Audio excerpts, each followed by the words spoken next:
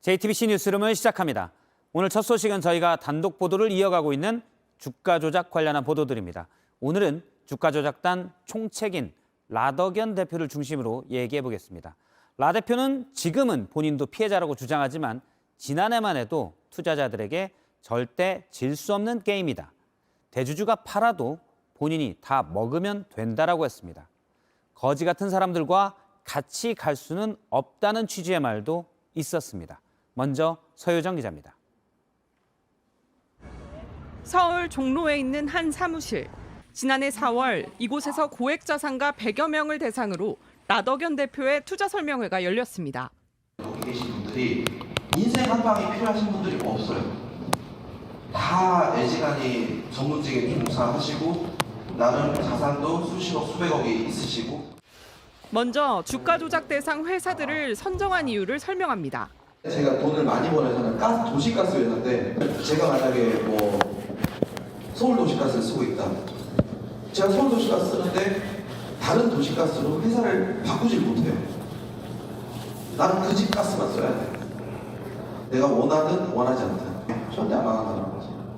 시장에 나오는 주식 물량도 적다는 겁니다. 제가 사는 거는 IMF 봐도 안 빠져요. 상관이 없거든. 그러니까 어차피 주식이라는 거는 사는 사람과 파는 사람의 접점이에요. 합의된 포인트. 그게 가격인데 파는 놈이 없는데 살 놈밖에 없는 거예요. 대주주가 팔아도 떨어질 우려가 없다고 말합니다. 회장님이 1,000억 중에서 800억 가지고 있고 제가 150억 들고 있어요. 저는 사고 싶어가지고 대기 태우는 돈이 엄청 많은데 이 주가가 빠지겠냐고. 제가 다 먹어버립니다. 20년도에 저희가 거의 한 수익률이 한 400% 나와요. 자신은 질 수 없는 게임을 벌이고 있고 유일한 리스크는 자신이라고 강조합니다. 손해보신 분 한번 손 한번 들어보세요. 단 한 번도 없어요. 제가 질 수 없는 게임으로 들어갔기 때문에 여기에 이 판에서 리스크는 뭐냐면은 이 판에서 리스크는 제가 없어지는 리스크. 제가 그게 제일 큰 것 같아요. 라 대표는 해당 설명회에 취지를 묻는 취재진의 해명 요청에 답이 없었습니다. 우리는 우리끼리 하고 싶어. 모르는 사람 타고 싶지도 않아. 1등석 타고 가는데 옆자리에 그지 같은 애 있으면 짜증나잖아요. 대돈이 너무 많아지고 저는 일하기 귀찮은 거예요. 지금 솔직히 좀 많이 힘들어요. JTBC 서효정입니다. 라 대표는 질 수 없는 게임이라고 했지만 결과적으로는 크게 졌죠. 하지만 그가 주가가 계속 오를 거라고 자신한 배경에는 바로 주가 조작인 통정 매매가 있었습니다. 투자자들의 돈을 모아 본인이 팔고 또 본인이 더 비싸게 사면 주가는 계속 오른다는 겁니다. 직접 본인 입으로 투자 설명회에서 한 말인데 이 설명회에서는 여러 가지 불법적인 일에 대한 설명도 있었습니다. 오승열 PD입니다.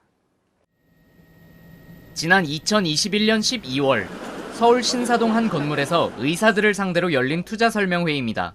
지금은 사실 저한테 큰 손이라고 하면 한 1,000억 정도 넣어야 저한테 큰 손이거든요.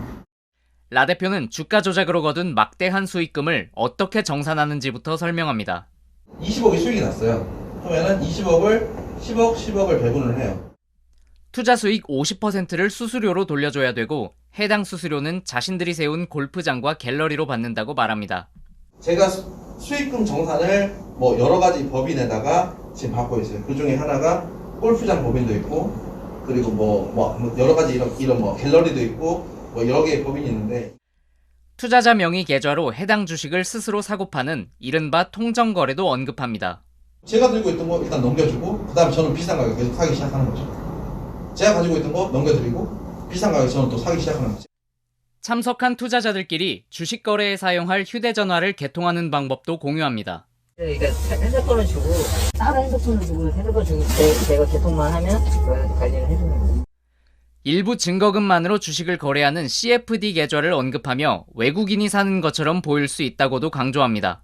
은행에서 사실은 제가 만약에 그 계좌를 사는 외국인 그래서 저희 보면은 외국인이 엄청 많이 사고 있는 거. JTBC 오승열입니다. 예, 주가 조작단 얘기 좀 더 짚어보겠습니다. 스튜디오에 임지수 기자가 나와 있습니다. 임 기자, 먼저 투자 설명회에서 라더견 대표가 했던 말을 쭉 들어보니까 황당한 얘기가 일단 많긴 많은데 내가 왜 이 종목들을 주가 조작 대상으로 삼았다 이런 얘기들도 나오는 것 같아요. 네, 그렇습니다. 일단 시장에서 유통되는 물량이 적다는 공통점이 있는데요. 다른 말로 하면 이 주가 조작단이 자신들의 의도에 맞춰서 이 주가를 관리하고 또 조작하기 쉽다는 뜻이 되기도 합니다. 예. 네, 앞서 리포트에서 다 듣지 못한 내용 조금 더 들어보시죠. 근데 그 회사들은 제가 가지고 있어가지고 제가 죽는 날까지 손해볼 가능성이 제로라는 거예요. 아예 없어요. 네, 결국 라 대표 자신의 지시를 통해서 주식을 사고 팔면서 주가를 끌어올리기 쉬운 회사들로 절대 손해를 볼 수 없는 구조다 이렇게 호언장담을 하잖아요. 예. 이런 투자 설명회 이야기를 듣다 보면 정말 이 자리에 앉아 있었던 투자자들은 의심하지 않았을까, 불법성을 알고 있었을 가능성 높아 보입니다. 예. 네, 조금 더 내용 들어보시죠. 요번에도 우크라이나랑 러시아랑 전쟁하고 전쟁 전에도 뭐 때문에 많이 빠졌어 아무튼. 그래서 제가 보니까 3,400에서 지금 2,600까지 빠졌다가 지금 2,700이더라고요. 근데 지금 여기 계신 분들 중에 절반이 제 고객들인데 지난달 수익 안 나신 분, 지지난달 수익 안 나신 분 아무도 없죠. 그러니까 그런 거네요. 내가 관리하는 종목들은 전쟁이 나는데도 주가가 떨어지지 않았다. 종합주가지수에 비해서도 안 떨어진다. 왜? 내가 관리하고 있으니까. 이 관리한다는 게 사실은 통정매매. 그러니까 본인이 본인 계좌에서, 물론 이제 차명 계좌가 많았지만요. 서로 사고 파는 주가 조작인데 이 부분을 처음엔 부인했다가 또 인용도 했다가 라 대표가 그렇게 말이 좀 바뀌죠. 네. 보도가 잇따르자 라 대표는 해명을 조금씩 후퇴시키면서도 나름 논리를 쌓아가고 있는 것으로 보입니다. 예. 라 대표는 앞서 주가 폭락한 직후인 지난 25일에 저희 취재진과 만났는데요. 이 자리에서 라 대표는 자신이 일종의 선구안을 가진 한국의 워런 버핏이다 이렇게 표현을 하면서 시세 조종 행위 전혀 없었다고 했습니다. 그러면서 이 투자자들의 명의로 이 휴대폰을 개통시켜서 대리 투자하는 것, IP를 맞춰가면서 대리 투자하는 것 몰랐다. 예. 여러 가짜 법인들을 세워서 이 수수료 세탁하는 것도 몰랐으며 투자 수익금을 반반 나눠서 일당이 챙겨온 것도 몰랐다. 그게 말이나 당시 되느냐. 저도 네. 기억이 나는데 우리 리포트에서 라 대표가 그때 그렇게 얘기했었죠. 밑에서 그렇게 했는지는 모르겠지만 네. 나는 그런 일을 시킨 적도 없고 나는 몰랐다 이렇게 주장했었어요. 우리 인터뷰에서는. 그렇습니다. 내가 그걸 다 어떻게 알겠느냐 이렇게 저희한테 반문하기도 했었는데 예. 바로 사흘 뒤에 이 방송 인터뷰에서는 말을 또 다 뒤집었습니다.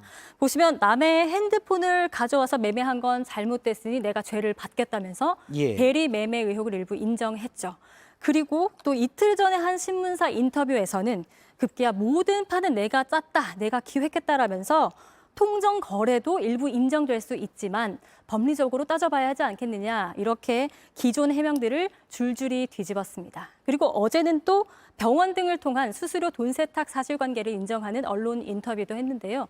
모두 저희가 앞서 보도한 내용들입니다. 예, 일단 말 두 개가 본인의 말 두 개가 다르면은 그 중에 한 말은 어떤 말은 거짓말이 되잖아요. 그렇습니다. 말이 계속 왔다 갔다 한 모습입니다. 네.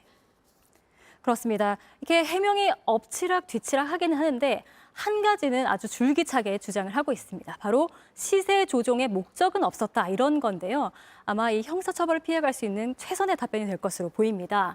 이 통정 매매를 해온 건 맞지만 주가를 떨어뜨린 건 자신들이 아니므로 그 사람들이 이익을 얻었고 그들이 범인이다 이런 주장인데요. 이 금융감독원도 이번 폭락 사태의 진앙으로 손꼽히는 이 차액 결제 거래 CFD에 예. 대해서 조사에 착수했습니다. 그러니까 이번 폭락 직전에 보유했던 주식을 대거 처분했던 김익래 다우 키움그룹 회장을 지목한 라더견 대표의 주장이 집중 조사될 것으로 보입니다. 저희도 이제 제가 알기로는 폭락 배경에 대해서 몇 가지 취재된 게 있는데 이 부분은 다음에 또 듣도록 하죠. 네. 예, 임지수 기자였습니다. 수고했습니다.